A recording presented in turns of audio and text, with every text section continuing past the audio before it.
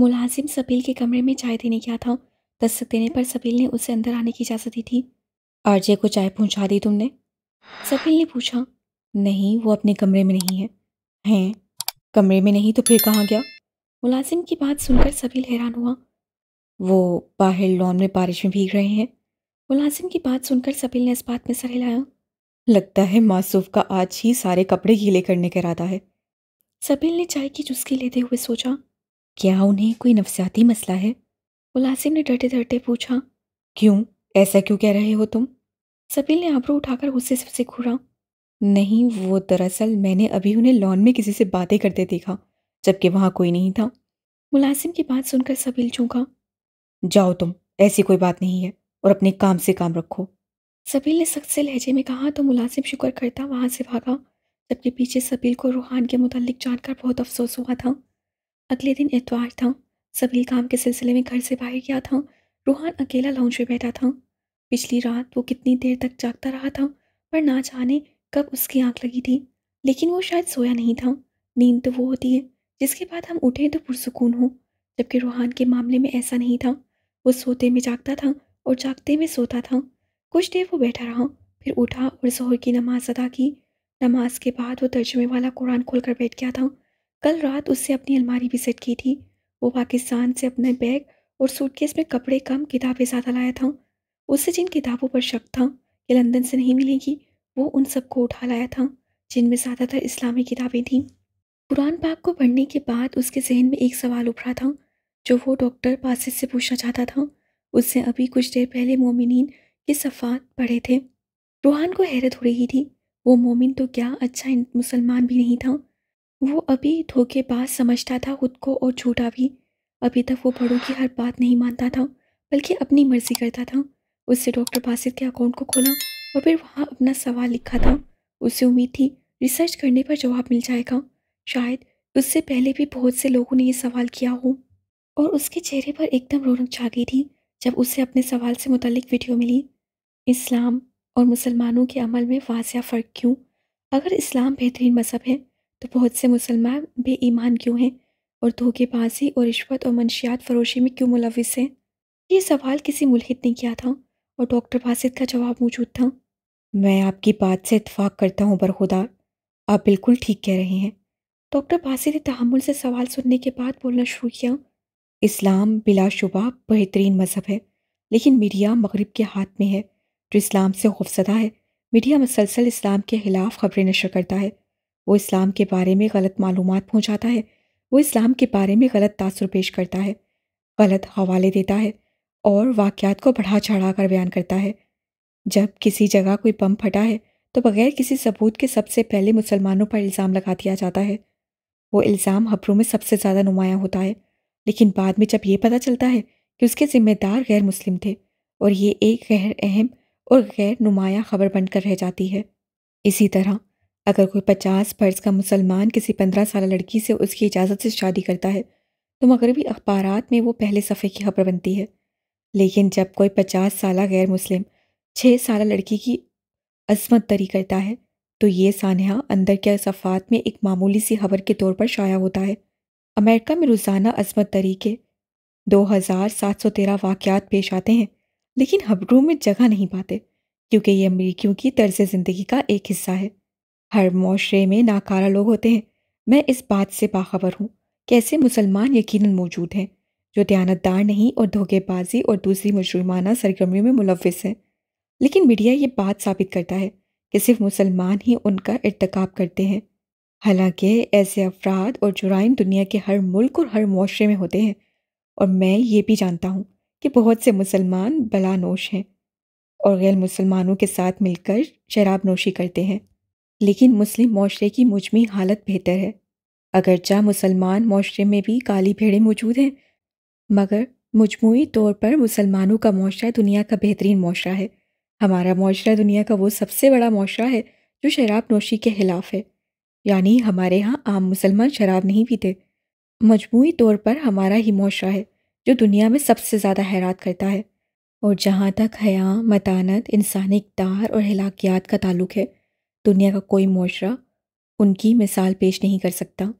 Bosnia, Iraq और अफ़गानिस्तान में मुसलमान कैदियों से असहायों का सलूक और बरतानवी खातून सहाफ़ी के साथ तालिबान के बर्ताव में वाज़िह फ़र्क साफ ज़ाहिर है। इस बात को एक मिसाल से समझाता हूँ।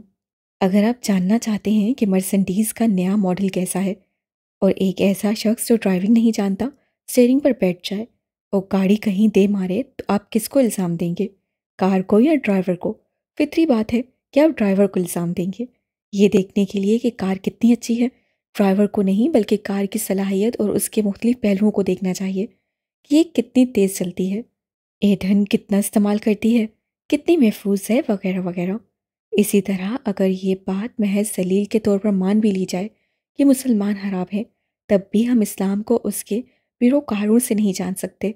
अगर आप ये देखना चाहते हैं कि इस्लाम कितना अच्छा है, तो उसे उसके मुस्तनद ज़राए से परखें, यानी कुरान मजीद और सही हदीस से।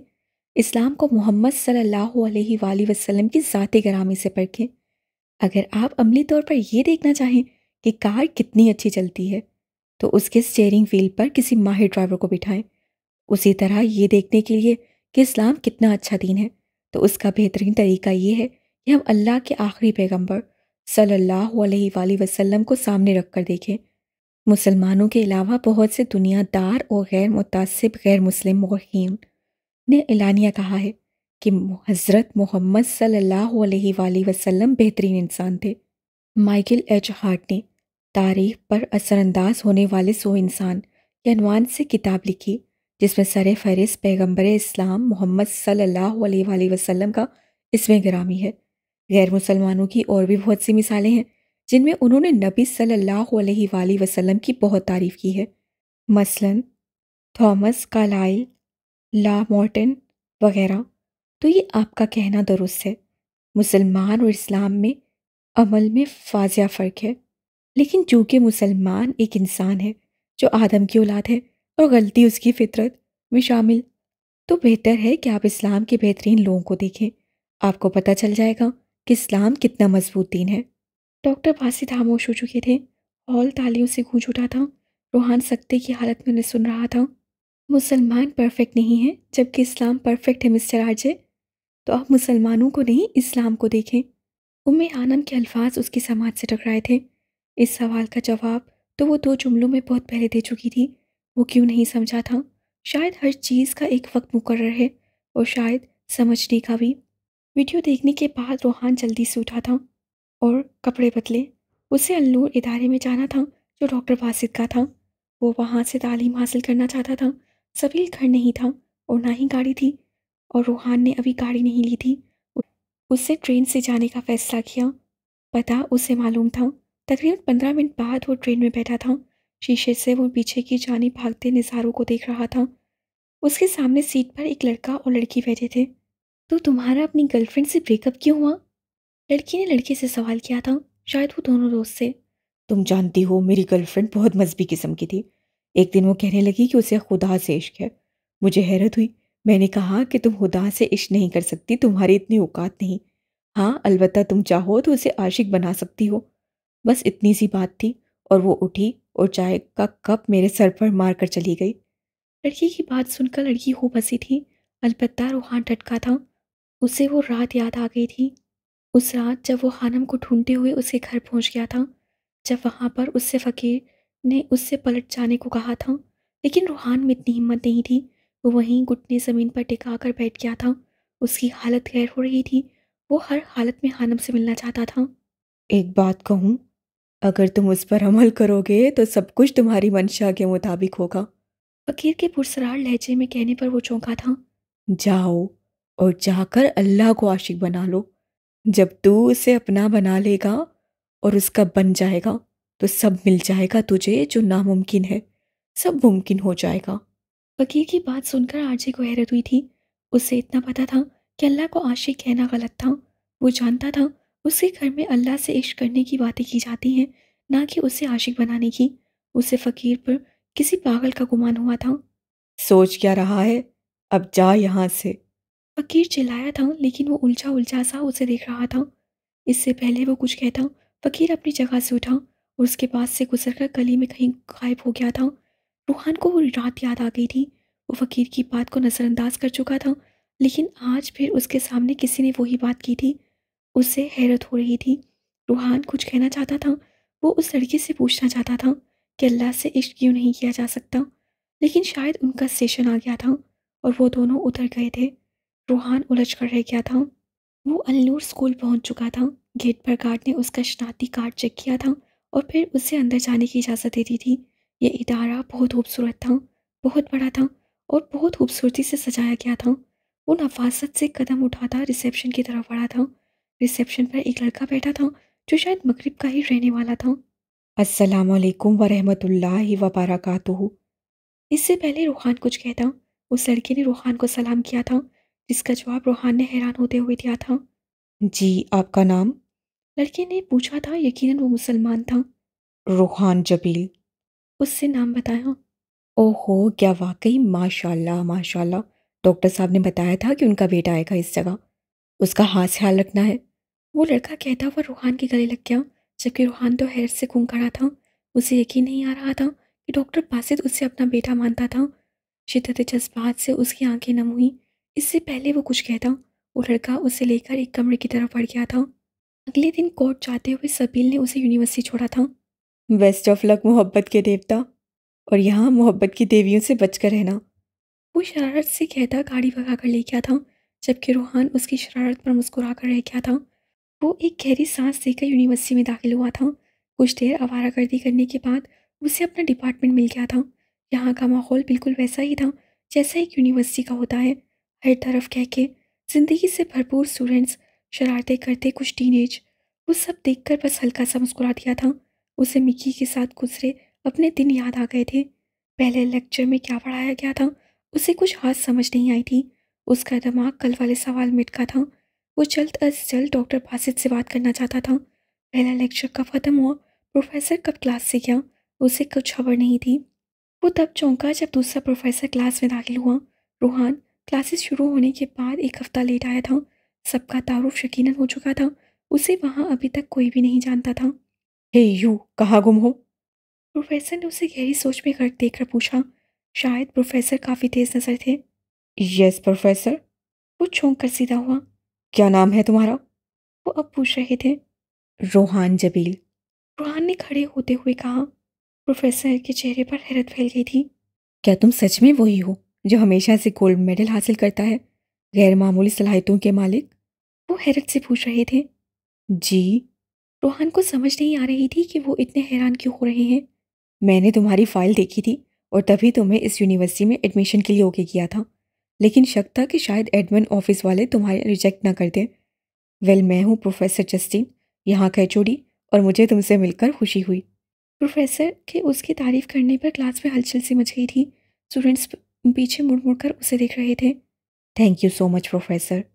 रोहन ने बस इतना ही कहा था और प्रोफेसर जस्टिन उसे गहरी निगाह से देख कर रह गया था। अलबत्ता चेहरे पर मुस्कुराहट फैली थी। क्लास के बाद वो लॉन में बने बेंच पर आकर बैठ गया था। मौसम खुशगवार था। लॉन के बीचों बीच एक खूबसूरत सा फव्वारा था, जिस पर परिंदों का हुजूम था जो वहां से पानी पी रहे थे। उनकी चहचहाट कानों को भली महसूस हो रही थी। रूहान ने कुछ सोचते हुए डॉक्टर बासित का नंबर मिलाया था। 2-3 बेल जाने के बाद उसकी कॉल रिसीव कर ली गई थी। सलाम दुआ के बाद रूहान अपनी बात पर आया था। मुझे कुछ पूछना है आपसे डॉक्टर। जी, ज़रूर पूछो। तुम मेरे सबसे ज़्यादा सवाल करने वाले शागिर्द हो। वो मुस्कुराए थे। रूहान के चेहरे पर भी मुस्कुराहट फैली। अल्लाह से इश्क क्यों नहीं किया जा सकता? मैंने एक फ़कीर के मुंह से सुना था कि अल्लाह को आशिक बना लो।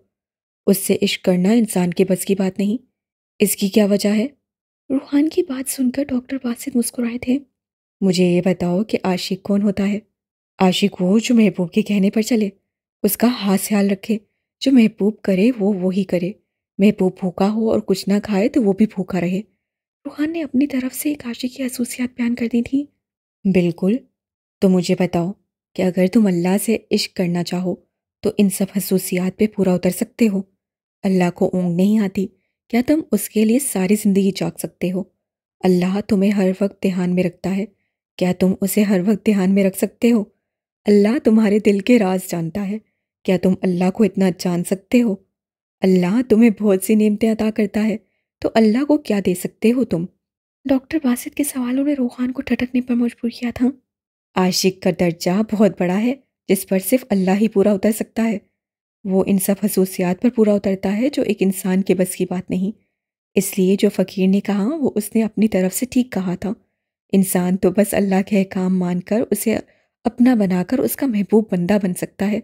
वो कभी भी इश्क के तकाज़ों पर पूरा नहीं उतर सकता। वो कभी आशिक नहीं बन सकता। डॉक्टर बासित खामोश हो चुके थे और रूहान एक सकते से बाहर आया था। बात तो ठीक कही थी डॉक्टर बासित ने। यकीनन वो फ़कीर और वो लड़का इस राज को जान गया था कि इंसान इश्क के तकाज़ों पर पूरा नहीं उतर सकता। ये एक बहुत मुश्किल काम है। शायद दुनिया में कुछ ऐसे लोग गुजरे हों जिन्होंने अल्लाह से इश्क किया हो। ये एक आम इंसान के बस की बात नहीं थी। वो अभी उसी सोच में गर्क था जब एक उधेड़ उम्र आदमी उसके पास आकर बैठ गया था। लगता है कोई बहुत अहम राज पाया है, तभी चेहरा इतना चमक रहा है। उस आदमी ने कहा। रूहान ने चौंक कर उसे देखा। कुछ देर पहले वो आदमी उस फव्वारे के करीब खड़ा वहाँ आसपास उड़ते परिंदों को दाना डाल रहा था। जी, राज पाया है कि इश्क के तकाजे बहुत कड़े हैं, रूहान ने जवाब दिया था। तो क्या इश्क करना इंसान के बस की बात नहीं? उस आदमी ने दोबारा पूछा। जिन्होंने इश्क किया वो नॉर्मल नहीं पागल कहलाए हैं। यानी इश्क फना करता है। एक और सवाल हाजिर था। इश्क तो बका अता करता है। एक इंसान जब फना होता है तभी बका पाता है। रूहान के पास जवाब मौजूद था। क्या खुदा से इश्क हो सकता है? क्या कभी किसी ने उस ज़ात से इश्क किया है? यही तो राज पाया है कि इश्क के तकाजे कड़े हैं। खुदा से इश्क करना जितना मुश्किल है उतना ही आसान। मैंने सुना है खुदा अपने बंदे से बहुत ज़्यादा प्यार करता है, तो खुदा को आशिक कहना दुरुस्त होगा। रूहान चौंका था। आजकल हमने इश्क और मोहब्बत को इतना गलत रंग दे दिया है। जब हम आशिक की बात करते हैं तो बहुत ही गलत तस्वुर जहन में उभरता है। हालांकि खुदा ने हर जज्बे को पैदा फरमाया है, लेकिन इंसान ने किसी चीज़ को नहीं बख्शा। तो ऐसी सूरत हाल में क्या करना चाहिए? लफ्ज़ आशिक खुदा के लिए इस्तेमाल करना कुछ अजीब सा लगता है। वही तो कह रहा हूँ कि हमने जज्बात को तो गलत रंग दिया ही था, उसके साथ अल्फाज की शनाख्त को भी मुस्सी कर दिया है। इंसान बहुत जालिम वाक़या हुआ है। उसने इश्क को ऐसा रंग दे दिया है कि जब लफ्ज़ इश्क ज़ुबान पर आता है तो दिमाग उस लफ्ज़ का तमस्सुर उड़ाता है। मेरे ख्याल से खुदा को आशिक कहने से बेहतर है अपने आप को खुदा का महबूब बंदा बनाया जाए। रूहान ने पहली बार किसी सवाल का जवाब दिया था। बहुत खूब, खुदा का महबूब बंदा सुनकर अच्छा लगा। लेकिन अब मैं ये नहीं पूछूंगा कि खुदा का महबूब बंदा कैसे बना जा सकता है, क्योंकि उसके लिए मुझे अपना अकीदा बदलना होगा। वो शख्स अब धीमी लहजे में कह रहा था। जैसे आपको बेहतर लगे। रूहान मुस्कुराया। हेलो, मेरा नाम थॉमस है और मुझे तुम्हारा जवाब बहुत पसंद आया है। बहुत अरसे बाद कोई ऐसा शख्स मिला है जो अल्फाज का हेर फेर जानता है। तुमसे मिलकर अच्छा लगा मिस्टर। उस आदमी ने रूहान की तरफ हाथ बढ़ाया। यकीनन वो उसका नाम नहीं जानता था। रोहान जबील। रूहान ने उसके सवालिया चेहरे की तरफ देखते हुए उसका हाथ थामा और अपना नाम बताया। Nice name. मैं सामने वाले फिलॉसफी डिपार्टमेंट का प्रोफेसर हूँ। पिछले 30 सालों से यहाँ पढ़ा रहा हूँ, लेकिन आज पहली बार किसी से सवाल और जवाब करके मज़ा आया है। प्रोफेसर थॉमस ने खुशगवार से लहजे में बताया। ओह, आप प्रोफेसर हैं? माफ़ कीजिएगा, मैं यहाँ नया हूँ, मुझे मालूम नहीं था। क्या आप एक उस्ताद हैं? रूहान अदब से खड़ा हुआ। बैठ जाओ बरखुदार, मुझे उस्ताद से ज़्यादा दोस्त बनना अच्छा लगता है। प्रोफेसर थॉमस मुस्कुराए तो रूहान बैठ गया। जेनेटिक्स पढ़ने आए हो? प्रोफेसर थॉमस पूछ रहे थे। जी। रूहान बस इतना ही कह पाया। बहुत खूब, अच्छी बात है। इंसान को अपने बारे में जानना चाहिए। मौसरत, लेकिन मैं आपकी बात नहीं समझ सका। रूहान के चेहरे पर उलझन उभरी। क्या अब एक सल्फाइड को भी समझाने की ज़रूरत है? प्रोफेसर थॉमस ने राजसारा अंदाज में कहा था, जबकि रूहान तो उनकी बात सुनकर हैरान रह गया था। ठीक है बरखुदार, अब मैं चलता हूँ। मेरे लेक्चर का वक्त हो रहा है। बहुत जल्द मुलाकात होगी चाय पर। इससे पहले रूहान कुछ कहता, प्रोफेसर थॉमस अपनी जगह से उठे और मुस्कुराकर कहते आगे बढ़ गए और रूहान हैरानी से उन्हें जाते हुए देख रहा था। कैसा रहा तुम्हारे यूनिवर्सिटी का पहला दिन? रात के खाने पर सबील उससे पूछ रहा था। अच्छा रहा है, सादा से लहजे में जवाब दिया। क्या कोई मुश्किल तो नहीं पेश आई मोहब्बत के देवता को? सबील का लहजा शरारती था। नहीं। रूहान के लबों पर मुस्कुराहट उभरी। कोई नई मोहब्बत की देवी मिली? सबील शायद उसका मिजाज खुशगवार बनाने की कोशिश कर रहा था। कोई एक हो तो बताऊं, यहाँ तो देवियों की भरमार है। दुरुस्त फरमाया, ऐसी ऐसी देवियां हैं इंसान बस देखता ही रह जाए। रूहान का जवाब सुनकर सभी का केका उभरा था। इसीलिए मैं नहीं देखता अब। वो इसलिए कि तुम्हारे दिल पर किसी और का साया है। तुम उसके शहर से बाहर निकलो तो देखो ना। सबील ने खाने की मेज से उठते हुए कहा, जबकि रूहान खामोश रहा था। वो अपनी मोहब्बत पर बात नहीं करना चाहता था। चाय पियोगे? सबील पूछ रहा था। अगर मिल जाए तो नवाजिश होगी। रूहान ज़बरदस्ती मुस्कुराया। तुम्हारी उर्दू काफ़ी अच्छी हो गई है। इडियट स्टूपिड कहने वाला शख्स माजरत और नवाजिश पर उतर आया है। कमाल है। तो तुम क्या चाहते हो, मैं तुम्हें इडियट कहूँ? मद्दे मुकाबिल भी रूहान था। नहीं नहीं, मैं तो बस ऐसे ही एक बात कर रहा था। सबीर सटपटाया था। वो अच्छे से जानता था कि रूहान का कोई भरोसा नहीं था। वो उसे सबके सामने यू इडियट कह देता।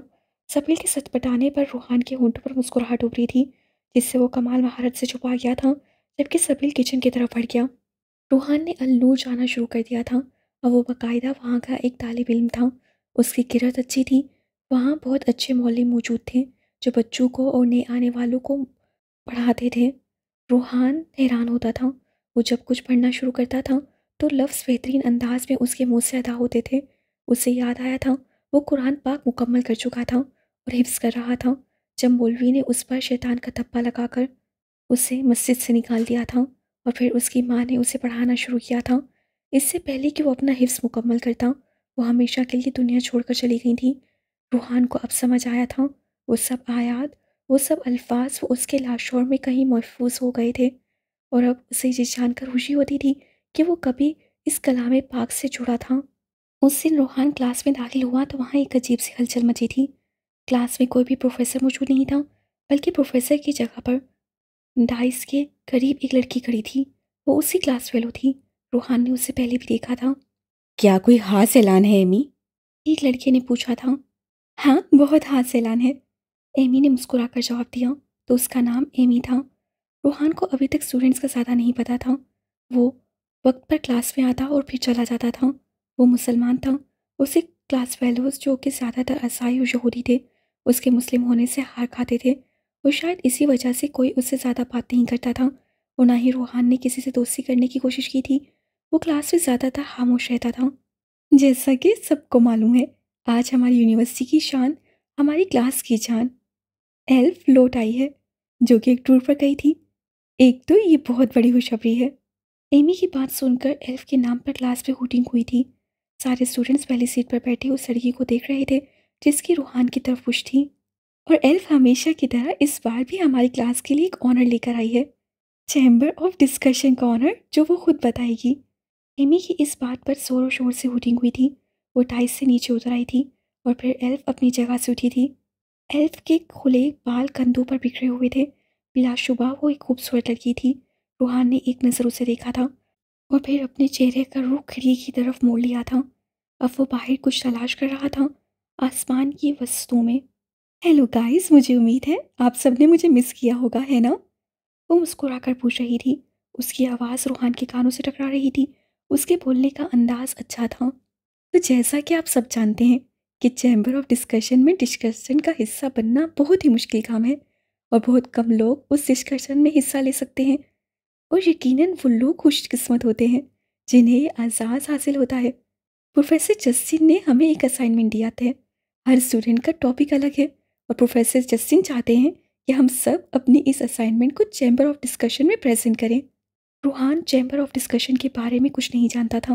वो बस खामोशी से एल्फ को सुन रहा था। और ये भी सबको मालूम है कि जो इंसान एक बार उस चैम्बर का हिस्सा बन जाए वो मशहूर हो जाता है। हाँ बिल्कुल, जैसे कि तुम एल्फ। तुम हर बात अपनी रिसर्च और अपनी प्रेजेंटेशन को चैम्बर में पेश करती हो और शायद इसीलिए तुम्हें पूरी यूनिवर्सिटी जानती है। पीछे से एक लड़की की आवाज़ उभरी थी। एल्फ ने आबरू उठाकर उसे देखा था। मैं उस चैम्बर का हिस्सा इसलिए हूँ कि मुझ में ये काबिलियत है। अगर तुम लोग इस काबिल हो तो जाओ कुछ करके दिखाओ। एल्फ के लहजे में तंज की आमाइश थी। ये कुछ स्टूडेंट्स के नाम और उनके टॉपिक्स हैं जो प्रोफेसर जस्टिन ने दिए हैं। अपना नाम और अपना टॉपिक देख लें और जो स्टूडेंट अपनी प्रेजेंटेशन को चैम्बर में पेश करना चाहे वो मुझसे क्लास के बाद मिल ले। और ख्याल रखिएगा, सिर्फ वही लोग आएँ जो इस काबिल हों, वरना चैम्बर में मजाक भी बन सकता है। वो अपनी बात मुकम्मल करके वापस अपनी जगह पर बैठ चुकी थी। स्टूडेंट्स का एक हुजूम बोर्ड की तरफ लपका था। कुछ स्टूडेंट खुशी से उछल रहे थे, जबकि कुछ मायूस थे। रूहान पुरसुकून सा अपनी जगह पर बैठा था। रो रोहान जब्बेल, किसी ने उसका नाम पुकारा था। रूहान ने चौंक कर आवाज़ के समेत में देखा था। तुम्हारा नाम लिस्ट में शामिल है, अपना टॉपिक देख लो। वो एमी थी, जिसके बाल बहुत छोटे थे, बिल्कुल लड़कों जैसे। बामुश्किल कानों को छू रहे थे। रूहान को हैरत हुई थी, इतनी जल्दी उसका नाम आ गया था लिस्ट में। वो अपनी जगह से उठा था। बोर्ड पर अपना नाम और टॉपिक देखकर वो क्लास से बाहर निकल गया था। यकीनन आज क्लास नहीं होने वाली थी। रूहान क्लासरूम से सीधा लाइब्रेरी गया था, सेनेट हाउस लाइब्रेरी, जिससे रूहान की तवज्जो अपनी जानिब मबसूल करवाई थी। वो लाइब्रेरी का कार्ड पहले ही बनवा चुका था। लाइब्रेरी में अपने टॉपिक से मुतल्लिका किताबें ढूंढने के बाद वो वहाँ से बाहर निकल आया था। अब उससे एल्फ से मिलना था। वो अपनी प्रेजेंटेशन को चैम्बर ऑफ डिस्कशन में पेश करने वाला था। उसका टॉपिक बहुत ही दिलचस्प था, जिसे देखकर उसकी आंखों में चमक उभरी थी। लाइब्रेरी से बाहर उसे अपना एक क्लास फेलो नजर आया था। हेलो, क्या तुमने एल्फ को देखा है? रूहान ने पहली बार किसी को मुखातिब किया था। हाँ, वो कैफ़े में है इस वक्त अपने दोस्तों के साथ। Okay, thank you. रूहान जल्दी से कहता कैफ़े की तरफ बढ़ा था। कैफ़े पहुंचने के बाद वो पहले ही नज़र में उसे पहचान गया था। वो बावकार चाल के साथ उसकी तरफ बढ़ा था। Excuse me miss elf. उसने एल्फ के पास जाकर उसे पुकारा था। एल्फ ने चौंक कर उसे देखा। मेरा नाम रूहान जबील है और मुझे प्रोफेसर जस्टिन ने प्रेजेंटेशन दी है। आप मेरा रोल नंबर और टॉपिक लिख लें। मैं चैम्बर ऑफ डिस्कशन में अपनी प्रेजेंटेशन दूंगा। वो उसकी तरफ देखे बिना अपनी बात कहकर वापस मुड़ गया था। रुको। एल्फ ने उसे यूं जाते देखा तो पुकारा। रूहान रुक गया था। वो अपनी कुर्सी से उठकर उसकी तरफ बढ़ी। चेहरे पर सख्त से तासुरात थे। क्या नाम बताया तुमने अपना? वो उसके पीछे खड़ी पूछ रही थी। रोहान बिन हैदर जबील। रूहान ने रुख उसकी तरफ मोड़ते हुए कहा। मुस्लिम हो? वो तीखे जुत्नों से पूछ रही थी। जी अल्हम्दुलिल्लाह। रूहान का जवाब सुनकर हवाएं मुस्कुराई थी। तुम एक मुस्लिम, तुम चैम्बर ऑफ डिस्कशन में हिस्सा लोगे? तुम? वो काटदार लहजे में पूछ रही थी। उसके लहजे में छुपे तंज को महसूस करके रूहान चौंका था। क्यों नहीं ले सकता? सपाट से लहजे में पूछा गया। तुम जानते भी हो चैम्बर ऑफ डिस्कशन है क्या? वो हिस्साया हंसी के साथ पूछ रही थी। नहीं, लेकिन नाम से जाहिर है कि इस चैम्बर में मुख्तलिफ मौज़ूआत पर बहस होती होगी। सवाल जवाब सेशन होगा, और रोहान जबील से अच्छी बहस कौन कर सकता है? रोहान ने अपने दोनों हाथों को पेंट की जेब में डालकर एक कदम आगे बढ़कर एल्फ की आंखों में देखते हुए कहा था। उसके चेहरे पर मुस्कुराहट फैली थी। उसके एतमाद को देखकर एल्फ एक पल के लिए हैरान हुई थी। आसपास बैठे स्टूडेंट्स हैरत से दोनों को देख रहे थे। पुरइत्माद होना अच्छा है, लेकिन मैं लिख कर दे सकती हूँ। तुम्हारी प्रेजेंटेशन पहले ही मरहले में रद्द कर दी जाएगी। सबसे पहले ये प्रेजेंटेशन प्रोफेसर जस्टिन के पास जाएगी और वो खुद ही तुम्हें रिजेक्ट कर देंगे। देखते हैं। प्रोफेसर जस्टिन ने कुछ सोचकर पहली बार में ही प्रेजेंटेशन के लिए मुझे मुंतखब किया होगा। है, आप लिख लें मिस एल्फ। क्या पता आपको अपना लिखा हुआ मिटाना पड़ जाए। रूहान ने मुस्कुराकर कहा था। एल्फ उसकी बात सुनकर आग बगोला हो गई थी। इससे पहले वो कुछ कहती, कोई उन दोनों की तरफ बढ़ा था। हे एल्फ, लेट्स गो। आज मेरी परफॉर्मेंस है, चलो चलते हैं, तुम्हें पसंद आएगी। ये एक लड़का था जिसका हुलिया देखकर रूहान एक पल के लिए साकित रह गया था। स्याह जीन्स, स्याह शर्ट और उस पर स्याह जैकेट, कंधे पर लटकती स्याह रंग की गिटार, लंबे बाल लड़के के कंधों पर बिखरे पड़े थे, माथे पर बंधा एक बैंड। रूहान उससे हैरत से देख रहा था। आरजे, आरजे, उसके चारों तरफ से शोर उठ रहा था। वो एक पल के लिए माथे में पहुंच गया था। एल्फ उसे घूरी से नवासी और उस लड़के के साथ चली गई थी, और उन दोनों के पीछे उनके ग्रुप के बाकी स्टूडेंट्स भी लपके थे। उस लड़के की जैकेट के पीछे बड़ा सा आरजे लिखा था और उसके ऊपर तस्वीर बनी थी, यानी एक प्रिंट, जिसे रूहान पहले ही नज़र में पहचान गया था। वो उसी की तस्वीर थी जब वो आरजे था। उसकी एक तरफ से ली गई तस्वीर, जिसमें उससे एक हाथ में गिटार पकड़ा था और उसी कलाई पर आरजे का टैटू वास्या था। रूहान ने अपने दाएं हाथ से बाएं हाथ की कलाई पर से जैकेट की कफ को फोल्ड किया था और उसकी कलाई पर आरजे का टैटू चमक रहा था। वो एक गहरी सांस लेकर कैफे से बाहर निकल आया था। उसे ऐसा करते किसी ने गहरी नजरों से देखा था। मिस्टर जाबेल। वो कुछ कदम ही चला था जब उसे अपने अब से आवाज़ सुनाई दी थी।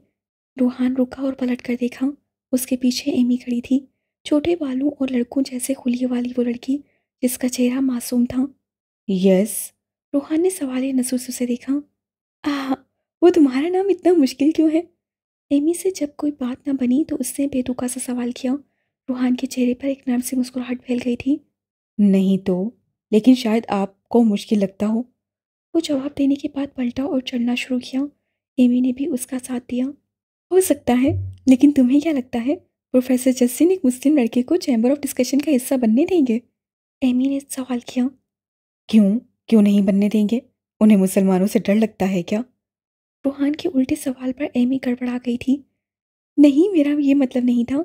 एमी ने वजाहत देनी चाहिए। तभी एल्फ के ग्रुप से शोर उभरा था। वो लोग अब डिपार्टमेंट के ग्रुप की तरफ बढ़ रहे थे। रूहान गहरी नज़रों से उस गिटार वाले लड़के को देख रहा था। वो रोनाल्ड चेक उर्फ आरजे है। आरजे जो एक सिंगर था, उसका बहुत बड़ा फैन। एमी ने उसकी नज़रों के ताक़ुब में देखते हुए बताया। रूहान हैरान हुआ था।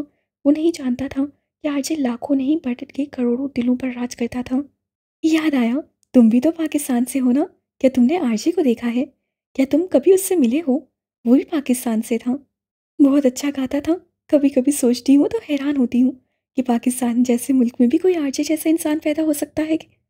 कैसे? है, मैं भी उसकी बहुत बड़ी फ़ैन हूँ, लेकिन उसकी मौत का सुनकर बहुत अफ़सोस हुआ।